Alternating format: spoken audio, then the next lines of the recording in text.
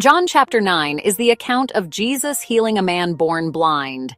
This chapter reveals profound lessons about spiritual sight and blindness, and the conflict between Jesus and the religious leaders deepens as a result of the miracle. It also emphasizes themes of faith, spiritual blindness, and the revelation of Jesus' divine power. In verses 1 through 12, as Jesus and his disciples pass by, they encounter a man who was blind from birth. Rabbi, who sinned, this man or his parents, that he was born blind? They assume that sin caused the man's condition. Jesus responds that neither the man nor his parents sinned to cause the blindness, but rather that it happened so that the works of God might be displayed in his life. Jesus then declares, "I am the light of the world," and spits on the ground, making mud with his saliva. He applies the mud to the man's eyes and tells him to go wash in the pool of Siloam. The man obeys, and after washing, he is miraculously healed. He can now see. The neighbors, who knew him as a blind beggar, are amazed and wonder if he is the same person. The man confirms it is indeed him, and they ask how he received his sight. In verses 13 through 17, the man is brought before the Pharisees to investigate how he was healed. It is noted that Jesus performed this miracle on the Sabbath, which stirs controversy among the Pharisees. Some Pharisees argue that Jesus cannot be from God because he healed on the Sabbath, violating the law. Others question how a sinner could perform such a miracle. The man who was healed states that Jesus must be a prophet, as he was the one who healed him. In verse 18 through 23, the Pharisees are not satisfied with the man's testimony and call for his parents. The parents confirm that their son was born blind but are hesitant to speak further, fearing the religious authorities. They know that anyone who acknowledges Jesus as the Christ would be put out of the synagogue, which was a serious social and religious penalty. They defer the questioning back to their son, saying, "He is of age. Ask him." In verses 24 through 34, the Pharisees again question the healed man, accusing Jesus of being a sinner. They ask him to give glory to God, as they believe Jesus must be a sinner for healing on the Sabbath. Whether he is a sinner, I do not know. One thing I do know, I was blind, but now I see.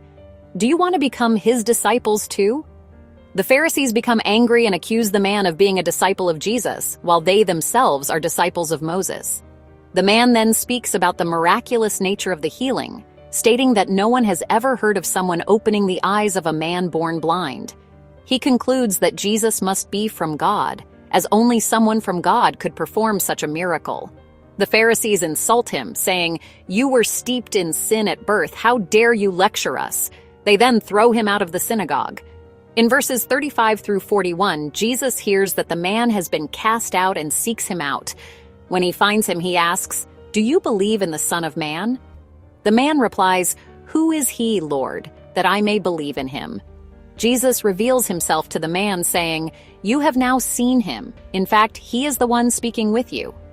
The man responds with faith, saying, "Lord, I believe," and worships Jesus. Jesus then speaks of his mission, saying he came into the world to bring judgment, that the blind may see and those who see may become blind. Some of the Pharisees, overhearing this, ask if they are blind. Jesus replies that if they were blind, they would not be guilty of sin, but because they claim to see, their guilt remains. There are 5 key themes in John chapter 9. 1. Spiritual sight versus blindness. The physical healing of the blind man serves as a metaphor for spiritual blindness. While the man gains physical sight, the religious leaders remain spiritually blind to the truth of Jesus. 2. Faith and obedience. The man demonstrates faith and obedience in following Jesus' instructions, going to wash in the pool of Siloam, leading to his physical healing and spiritual enlightenment. 3. Jesus as the light of the world. Jesus declares himself as the source of spiritual light, bringing clarity and truth to those who are in spiritual darkness. 4. Opposition to Jesus.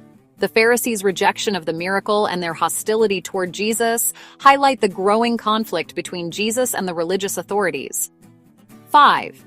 Jesus as the source of true healing.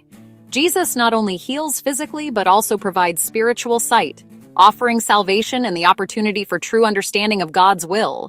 John chapter 9 invites us to reflect on our own spiritual blindness and how often we might fail to see the truth of who Jesus is, even when it is right in front of us. It is easy to see the things that happen in our lives as coincidences or random acts in a chaotic world. Satan prompts us to see life that way, so it is easier to forget about God or even deny his existence. This allows us to see ourselves as masters of our own lives. The Pharisees' inability to recognize the miracle of the healing of the blind man points to the dangers of religious pride and the hardness of heart, which can blind us to God's work even when it is clearly happening. The healed man's boldness and newfound faith serve as a powerful example of how encountering Jesus brings both physical and spiritual transformation. The kind of transformation that Jesus wants to see in all of us. A transformation that recognizes Jesus at work in our lives and a life that gives Jesus the glory for blessings and miracles that are part of our everyday lives.